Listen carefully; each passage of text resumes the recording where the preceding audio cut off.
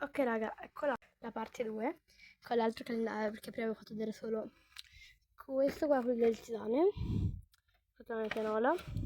Ora andiamo con lui, c'è del Chupa Chups. Apriamo la casella number 1 che è molto grande. Andiamo ad aprirla.